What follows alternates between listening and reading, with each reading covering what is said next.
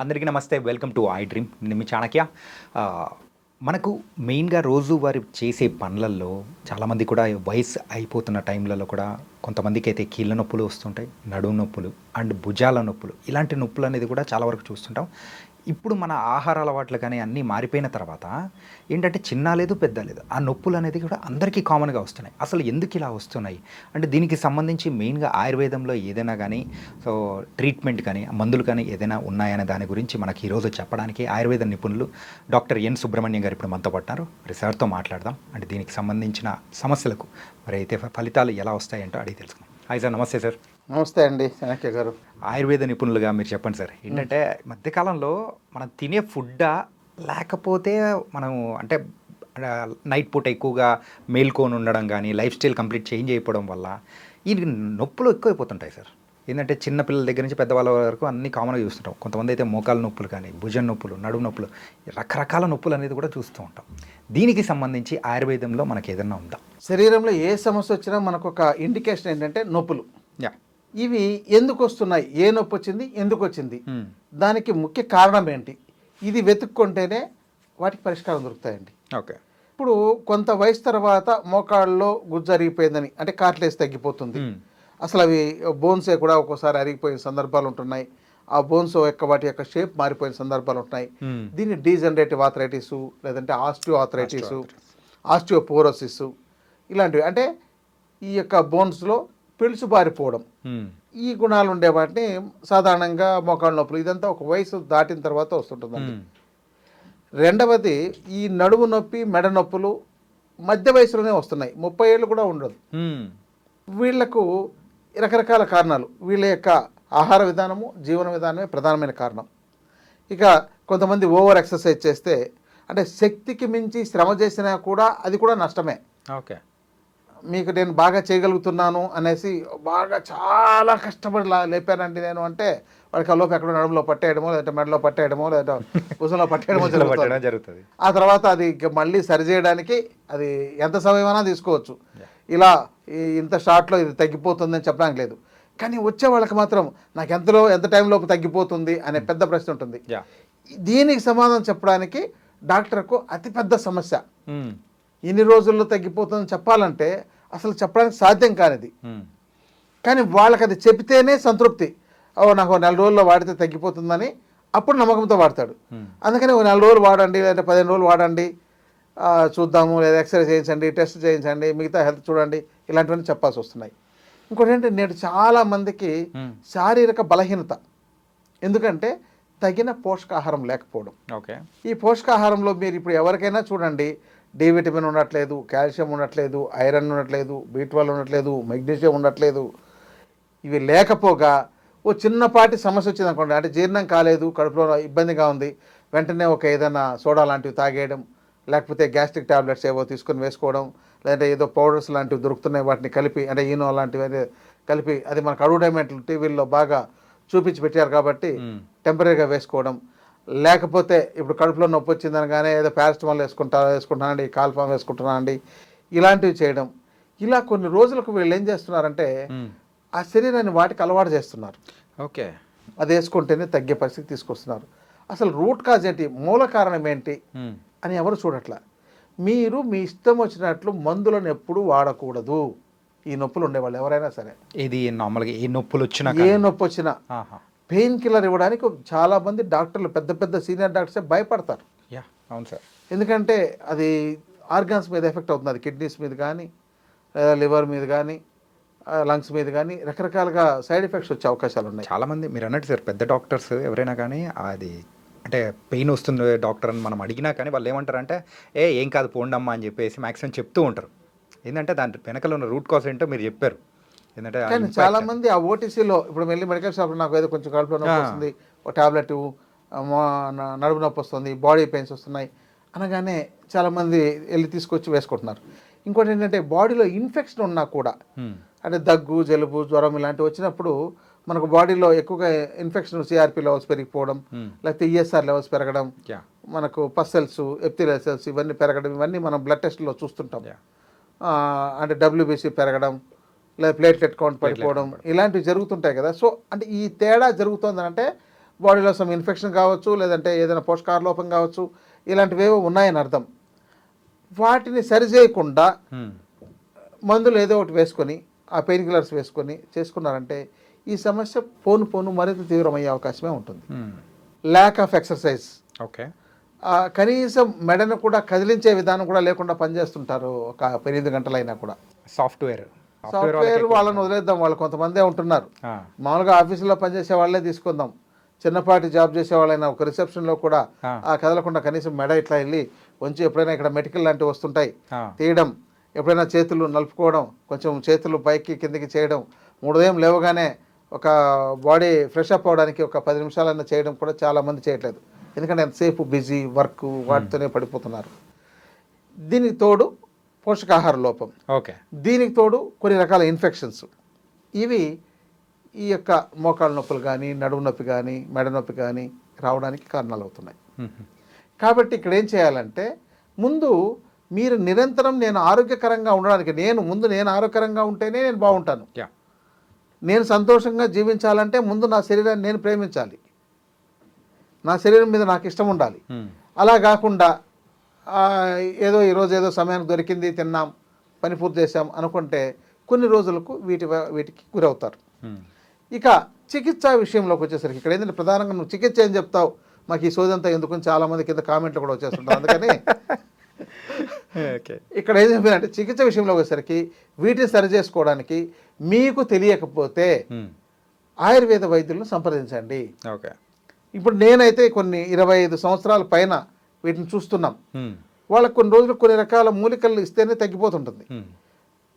ఆ కొన్ని మూలికలతో కాలేకపోయినప్పుడు కొన్ని ద్రవ్యాలు అంటే కొన్ని రకాల కాంబినేషన్, ఓకే, అంటే చాలామందికి అతిబల వాడండి, అశ్వగంధ వాడండి, తిప్పతీగ వాడండి, మీ కీళ్ళ నొప్పులు మొట్టమాయం అది అని ఇవన్నీ అంత చెప్పచ్చు. కానీ ఇవన్నీ కూడా సరిపోవు. ఇది ఎందుకంటే మన ఆహారం వండుకోవాలంటే ఒక రైస్ ఉంటే మనం పూర్తి ఆహారం అయిపోదు. మనకు ఒక పప్పు ఉన్నంత మాత్రాన పూర్తిగా ఆహారం అదే అయిపోదు. వీటికి రకరకాల కాంబినేషన్స్లో కొన్ని కూరగాయలు, ఆకుకూరలు మిగిలినవన్నీ పెట్టి రకరకాల వెరైటీగా మనం సమీకృత ఆహారం రకరకాలుగా వీటిని తయారు చేసి రుచికరంగానూ తయారు చేసుకోగలగాలి, ఆరోగ్యకరంగా తయారు చేసుకోగలగాలి. అలా చేసుకున్నప్పుడే వాళ్ళకి తృప్తినిస్తుంది. అలాగే వీటిలో కూడా రకరకాల ఔషధాలు అవసరం అవుతుంటాయి. ఈ ఔషధాలు ఎందుకంటే చాలా రకాల ద్రవ్యాలతో డిఫరెంట్ కాంబినేషన్స్తో చేసి ఉండాలి. అలాంటి వాటిని తీసుకోవాలి తప్ప ఏ ఒక ద్రవ్యం తీసుకుంటేనే పూర్తిగా తగ్గిపోయేది ఉండదు. చాలామందికి తాత్కాలికంగా ఒక్కోసారి కొంతమందికి ఉపశమనం కలగొచ్చు. ఇప్పుడు చాలామంది మా దగ్గరకు వచ్చేవాళ్ళు అదేదో మహాబీర గింజలు అనేది వేసుకుంటే మోకాళ్ళలో గుజ్జు వస్తుందని, అవును, లేకపోతే ఇంకేదో అలోవెరా జ్యూస్ తాగితే మోకాళ్ళలో గుజ్జు వస్తుందని చెప్పారండి, అదంతా తాగుతున్నామని ఇలా రకరకాల చెప్తుంటారు. సో ఇవి ఒక పోషకాహారంగా ఉపయోగపడతాయి. మీరు చాలా రకాలు తీసుకోవాలి, దాంతో అది ఒకటి. కాబట్టి ఈ నొప్పులు వచ్చినప్పుడు మాత్రం వైద్యుల పర్యవేక్షణలో ముందే జాగ్రత్త తీసుకున్నట్లయితే ఈ కార్టిలేజ్ పోవడం కానీ, ఈ బ్యాక్లో అంటే ముఖ్యంగా స్పైన్లో డిస్క్ బల్జ్ అని, డిస్క్ ప్రొలాప్స్ అని, డిస్క్ ప్రొట్రూషన్ అని, డిస్క్ డీజనరేషన్ అని, ఇలా రకరకాల సమస్యలు ముఖ్యంగా స్పైన్లో వచ్చిందంటే వాళ్ళ జీవితం కొలాప్స్ అయిపోతుంటుంది. ఎందుకంటే ఎప్పుడు ఇంకా నడుము నొప్పి, ఆ మెడ నొప్పితో వాళ్ళ పనులు చేసుకోలేక, వర్క్ చేసుకోలేక, వాళ్ళ కొంతమంది ఉద్యోగాలు మానేసుకొని ఇంట్లో ఉండిపోయిన వాళ్ళు కూడా ఉన్నారు. వాటిని సరి చేసుకోవడం తెలియక. ఇది స్పైన్ ప్రాబ్లం వచ్చిందంటే అంత ఇంపాక్ట్ ఉంటుందా? అవునండి, ఎప్పటికీ తగ్గదు. దానికి సరైన చికిత్స పూర్తిగా తీసుకునేదాకా తగ్గదు. ఓకే, చాలా మందికి కొంచెం పని చేస్తేనే బతికే వాళ్ళు ఉండేవాళ్ళు ఏం చేస్తారు, వాళ్ళు ఇంకా తాత్కాలికంగా ఏదైనా తగ్గిపోయే వాటినే చూసుకుంటున్నారు. ఆ పరిస్థితుల్లో వాళ్ళకి అది జీవితకాలం తర్వాత ప్రమాదకరంగా మారిపోతుంది. అలాగే ఈ ఫ్రోజన్ షోల్డర్ అన్ని భుజాలు చెయ్యి కూడా పైకెత్తలేరు. ఇలా ఈ సమస్య వచ్చిన ముఖ్యంగా ఈ డయాబెటీస్ లాంటివి వచ్చిన వాళ్ళకైతే ఈ సమస్య ఎక్కువగా వస్తుంటుంది. కాబట్టి వీటి పట్ల ఎప్పుడైనా సరే ముందు కొన్ని రకాల మంచి మంచి పోషకాలు తీసుకోవడానికి వీళ్ళు ముందుకు ప్రయత్నం చేస్తూ ఉండడం, తగిన ఎక్సర్సైజ్ చేస్తూ ఉండడం, ఎప్పుడూ బ్లడ్లో ఏ దోషాలు లేకుండా చూసుకోవడం, ఇలాంటివి చేయాలి. లేదంటే మేము ఆరోగ్యకరంగా జీవించడానికి మాకున్న సూచనలు ఏంటి? ఆయుర్వేదం అంటే ఏదో మందులు ఇవ్వడం కాదు, ఆయుష్ను కాపాడే విజ్ఞానాన్ని అందించడం. రైట్. ఆ విజ్ఞానం వాళ్ళకు సక్రమంగా అందాలంటే వాళ్ళు అప్పుడప్పుడు వైద్యుల్ని సంప్రదిస్తున్నట్లయితే, లేదంటే కొన్ని పుస్తకాలు చదువుతున్నట్లయితే వాళ్ళకు కొంత అవగాహన జరుగుతుంది. లేదంటే ఇక్కడ శరీర తత్వాన్ని బట్టి కూడా వేరుగా ఉంటుంది. ఇక్కడ వాత టు పర్సెంట్ మారిపోతుంటుంది. మారిపోతుంటుంది. ఓకే.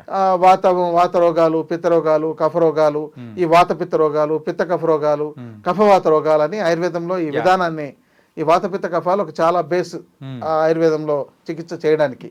వాళ్ళని చూసినప్పుడు కానీ, వాళ్ళ యొక్క నాడిని చూసినప్పుడు, లేకపోతే వాళ్ళ యొక్క ఇతర పరీక్షలు చూసినప్పుడు, వాళ్ళ ఆహార విధానము, వాళ్ళ జీవన విధానము, వాళ్ళకున్న శక్తి ఎలాంటిది, ఎలా ఉంది, ఇవన్నీ పరిశీలించిన తర్వాతనే, ఎందుకంటే వాళ్ళు ఎంత ఆహారం తీసుకోగలుగుతున్నారు, ఎలాంటి ఆహారాన్ని ఇష్టపడుతున్నారు, ఆహారం తింటే ఇప్పుడు కొంతమందికి సరిగా జీర్ణం కాక, మోషన్ సరిగా కాకుండా ఉంటే అక్కడి నుంచినే ప్రారంభమవుతుంది. ఓకే. కాబట్టి ఈ యొక్క నొప్పులను తగ్గించుకోవడానికి అల్టిమేట్గా ఉండే ఆన్సర్ ఏంటంటే ఆయుర్వేద మూలికలతో తయారు చేసిన కొన్ని రకాల ఆహార పదార్థాలు లాంటి ఔషధాలు చాలా ఉపయుక్తంగా ఉంటాయి, ఉపయోగకరంగా ఉంటాయి, అమోఘంగా ఉంటాయి. వీటిని ఏదో కొన్ని రోజులు వాడి ఆగిపోవడం అనేది కాకుండా, అంటే కొంతమంది ఏం చేస్తుంటారంటే ఒక 4 రోజులు ట్రై చేయడం, ఇదేం పని చేయలేదని ఇంకో డాక్టర్కి వెళ్ళడం, ఇది కాదని ఇంకో సిస్టమ్కి వెళ్ళడం, మళ్ళీ ఫిజియోథెరపీ అనుకోవడం, ఆక్యుప్రెషర్ అనుకోవడం, ఇలా మనకు ప్రపంచవ్యాప్తంగా ఒక 130 రకాల విధానాలు ఉన్నాయి, 136 రకాల వైద్య విధానాలు ఉన్నాయి. వాటన్నింటినీ ప్రయత్నం చేస్తూనే ఉంటారు. దీనికి అన్నిటికీ అంటే ఇంకోటి అంటే ఎక్కడ తగ్గకపోతే అప్పుడు చివరికి ఆయుర్వేదానికి వస్తారు. అదేదో ముందే ప్రయత్నం చేయొచ్చు కదా. అది గీతాంజలిలో ఆయన ఠాగూర్ గారు చెప్పినట్టు, అప్పుడెప్పుడో నన్ను పోయిన తర్వాత పలకరించేటప్పటికంటే ఉన్నప్పుడే నన్ను వచ్చి పలకరించవచ్చు కదా అని ఎలా చెప్పారో, అలాగే ముందే ఆయుర్వేదాన్ని ప్రయత్నం చేస్తే అదేదో ఈ సమస్యలు రాకుండా పెరగకుండా కాపాడుకోవచ్చు. అది నా యొక్క మంచి సూచన అండి. ఎక్కువగా ఆయుర్వేదము స్టార్టింగ్ ఇమీడియట్గా రిజల్ట్స్ దక్కదు, కానీ లాంగ్ టర్మ్లో మాత్రం బెటర్ రిజల్ట్స్ ఇస్తుంది అని అంటారు. అవునండి, అవును. ఇది ఎంతవరకు నిజం అంటారు? అదే నిజం. ఇప్పుడు మీరు లైఫ్ లాంగ్ ఉండేటప్పుడు మీకు ఇమ్మీడియట్గా లైఫ్ ఉండదు కదా, మనకు షార్ట్ లైఫ్ ఏది ఉండదు. ఒక పుట్టినవాడు పిల్లవాడు ఒక సంవత్సరంలోనే ఒక 20 ఏళ్ళ పిల్లవాడిలాగా అయిపోయి ఉద్యోగం 2 ఏళ్ళలోనే ఇంకా ఉద్యోగం కంప్లీట్ చేసేసి అతనికి కావాల్సింది ఏదో ఎంజాయ్ చేసి ఇంకా అయిపోయింది 3 ఏళ్ళలో జీవితం అనేటట్టు కాదు కదా.